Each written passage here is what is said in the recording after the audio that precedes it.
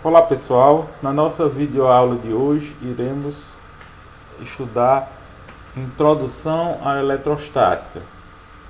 Portanto, a eletrostática é a parte da física que estuda os fenômenos que envolvem cargas elétricas no seu estado de repouso. Então vamos ver o termo carga elétrica. A carga elétrica é uma propriedade das partículas elementares que compõem o átomo. Lembrando que o átomo é formado por prótons, nêutrons e elétrons. Sendo que nós temos o átomo é constituído de um núcleo e de uma região proximal chamada órbita. No núcleo atômico nós temos os nêutrons, que são partículas sem carga, e os prótons, que são cargas elementares positivas. E na sua órbita nós temos os elétrons.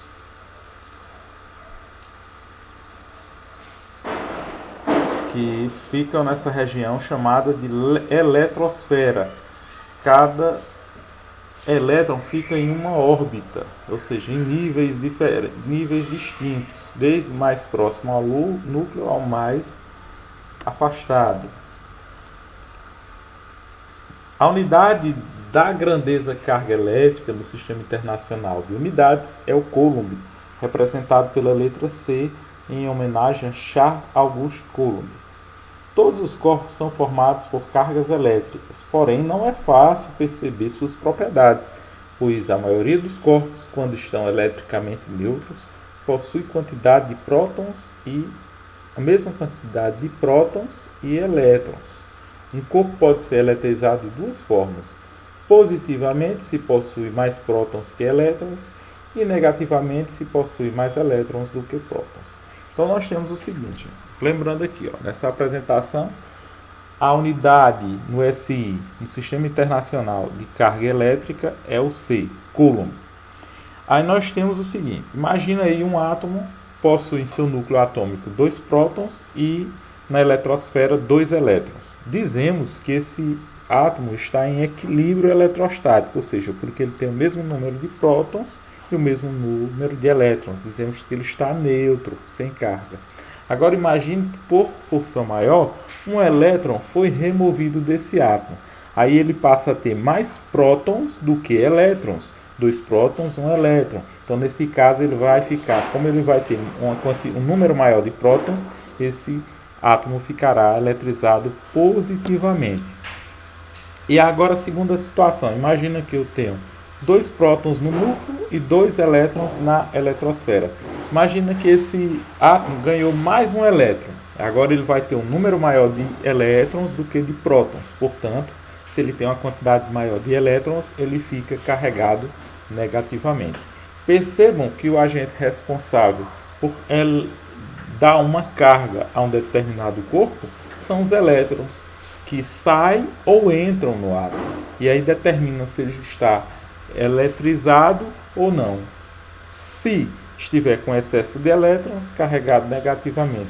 Se estiver com ausência de elétrons, fica eletrizado positivamente.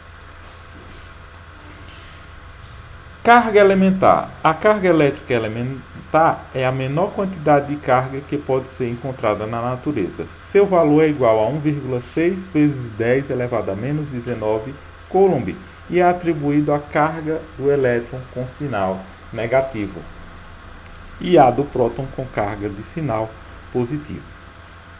Ou seja, existe um valor mínimo para a carga elétrica? Sim, é a chamada carga elementar, e o valor dela é de 1,6 vezes 10 elevado a menos 19 Coulomb. Portanto, a carga de um próton é, como é positivo, mais 1,6 vezes 10 elevado a menos 19 Coulomb. A carga de um elétron é menos 1,6 vezes 10 elevado a menos 19 Coulomb. A partir desse valor, podemos perceber que 1 Coulomb é uma unidade muito grande para a carga elétrica. Por isso, é comum a utilização de seus submúltiplos. Os principais são o milicoulomb, que corresponde a 10 elevado a menos 3 Coulomb, o microcoulomb, esse símbolo é uma letra do alfabeto grego, microcoulomb, 10 elevado a menos 6 Coulomb, e o nanocoulomb, 10 elevado a menos 9 Coulomb. Temos também o picó, Coulomb. Pico é um símbolozinho que parece um P do alfabeto grego, que representa 10 elevado a menos 12 Coulomb. Quantização das cargas elétricas. Em que isso consiste? A carga elétrica é quantizada, ou seja, sempre um múltiplo inteiro do valor da carga elétrica elementar. A carga de um corpo é dada pela equação Q igual a M vezes E, ou seja, a carga elétrica total é igual ao número de elétrons em falta ou em excesso de um dado corpo carregado, vezes a carga elétrica fundamental ou carga elétrica elementar. Esse valor é constante e igual a 1,6 vezes 10 elevado a menos 19 Coulomb, como já vimos. Pronto. Quando a gente vê esse princípio da quantização de cargas elétricas, pessoal, significa dizer que, por lei da natureza, quando um corpo está com a dada carga elétrica, significa dizer que essa carga tem um valor múltiplo do valor múltiplo de um número inteiro do valor da carga elétrica elementar, ou seja, é sempre o produto do número de elétrons em falta ou em excesso vezes a carga elementar, que o valor é constante, igual a 1,6 vezes 10 elevado a menos 19, sempre. Ou seja, carga elétrica é sempre um valor múltiplo da carga elementar, 1,6 vezes 10 elevado a menos 19. Nunca se esqueçam disso. Princípio da atração e repulsão. Cargas elétricas de mesmo sinal repelem-se e cargas de sinais contrários se atraem. Ou seja, se eu tenho cargas positivas, uma carga positiva com outra positiva se repelem, uma carga negativa com outra negativa apresenta também forças repulsivas e cargas de sinais contrários elas se atraem. Ou seja, essas forças de atração e repulsão são sempre na mesma direção, sempre com a mesma intensidade e sentidos opostos. Não esqueçam disso. Condutores e isolantes elétricos. Os isolantes elétricos também são chamados de dielétricos. Condutores são materiais que possibilitam a movimentação de cargas elétricas em seu interior com grande facilidade. Esses materiais possuem uma grande quantidade de elétrons livres que podem ser conduzidos quando neles aplicados uma diferença de potencial. Metais como cobre, platina, ouro são bons condutores. Ou seja, em outras palavras, condutores são aqueles materiais que fluem bem a eletricidade. Isso ocorre devido a nível microscópico, a relação entre o núcleo atômico e seus elétrons tem uma fraca ligação. Com isso, esses elétrons conseguem percorrer livremente sobre essa superfície desses materiais condutores. E isso propicia uma boa condução de energia elétrica. Tá certo? E aí eles ficam acumulados em excesso nessa superfície, em grande quantidade. Não esqueçam disso. Exemplos dos condutores são os metais. Só os metais, professor? Não, por exemplo, o corpo humano é um bom condutor. Água com sal também é um bom condutor elétrico. Isolantes são aqueles materiais que oferecem grande oposição à passagem de cargas elétricas.